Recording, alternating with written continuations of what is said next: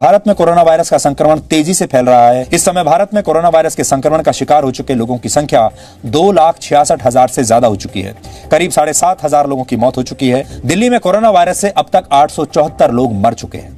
दिल्ली में फिलहाल 12 से 13 दिनों में संक्रमित लोगों की संख्या दुगनी हो रही है और 31 जुलाई तक मरीजों की संख्या अकेले दिल्ली में 5.5 लाख तक पहुंच सकती है। दिल्ली, लेकिन क्या आप जानते हैं कि कोरोना के एक मरीज के इलाज के लिए प्राइवेट अस्पताल कितना पैसा ले रहे हैं?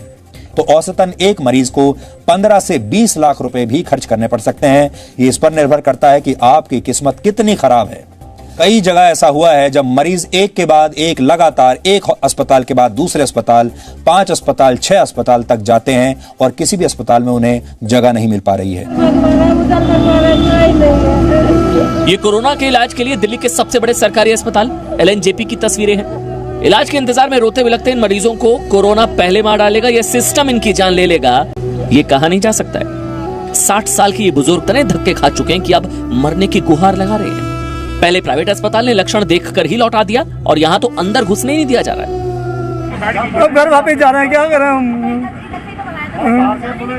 तबीयत आपकी खराब है? बहुत ज्यादा खराब है, साथ नहीं ले जा रहा है। मैं तड़पू नहीं, सामने से तड़पा नहीं जा रहा है।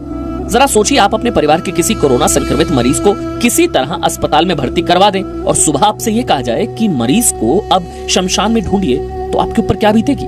महेश चंद्र के परिवार के साथ ऐसा ही हुआ है। तो अब आपको नहीं पता है कि वो कहाँ पर है, क्या कह रहा है अस्पताल, क्या कह रहा है? मुझे पता नहीं चल रहा। और अगर कोई ये सोच रहा है कि वो पैसों के दम पर इलाज करवा लेगा, तो भी इस बात की गारंटी नहीं है कि प्राइवेट हॉस्पिटल में एडमिशन मिल जाएगा। फिलहाल स्थिति तो ये है कि बेड्स भी बिना सिफारिश नहीं मिल रहे हैं। संजय अरोड़ा से मिलिए, जो अपनी कोरोना संक्रमित पत्नी के इलाज के लिए गंगाराम अस्पताल पहुंचे। जहां वो अपनी पत्नी को भर्ती नहीं करा पाए तो LNJP अस्पताल पहुंच गए। यहाँ घंटों सिस्टम से जूझते रहे, यानी ये प्राइवेट और सरकारी दोनों सिस्टम को झेल चुके हैं, लेकिन अपनी पत्नी को नहीं बचा पाए। उन्होंने ICU में उनको भर्ती किया और मुझसे उन्होंने उसी टाइम 1,20,000 रुपये ले लिए। 1,20,000 मुझसे ले लिए एक दिन। 50 साल के मुशीर अहमद को सर गंगाराम अस्पताल के कोविड-19 वार्ड में 5 जून को भर्ती कराया गया। आज सुबह मुशीर अहमद की मृत्यु हो गई। परिवार का आरोप है कि अस्पताल अब शव देने से इंकार कर रहा है और परिवार पर यह दबाव बनाया जा रहा है कि पहले वो बिल का भुगतान करे, जिसके बाद ही शव को सौंपा जाएगा। देश के ग्रामीण इलाके अब कोरोना वायरस का नया केंद्र बनते जा रहे हैं और अगर इस तरफ ध्यान नहीं दिया गया तो स्थिति बहुत ज्यादा बिगड़ सकती है। स्पेन और इटली जैसे देशों के अस्पतालों में कोविड-19 से मारे गए मरीजों के शव रखने की जगह नहीं बची थी। इन देशों में सैकड़ों शवों को सड़क पर ही रख दिया गया था। ये कहते हुए हमें बहुत दुख तो हो रहा है, लेकिन मौजूदा स्थितियों को देखकर ऐसा लगता है डॉक्टरों को यह तय करना पड़े कि किसकी जान बचानी है और किसे मरने के लिए छोड़ देना है।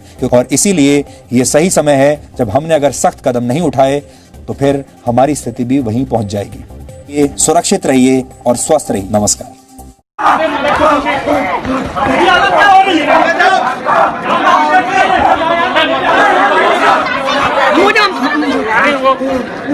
देख रहे हो, बिल्कुल नहीं, डॉक्टर नहीं का ज्यादा है नहीं,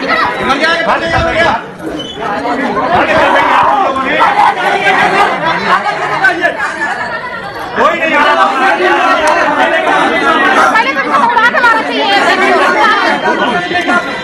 पहले तो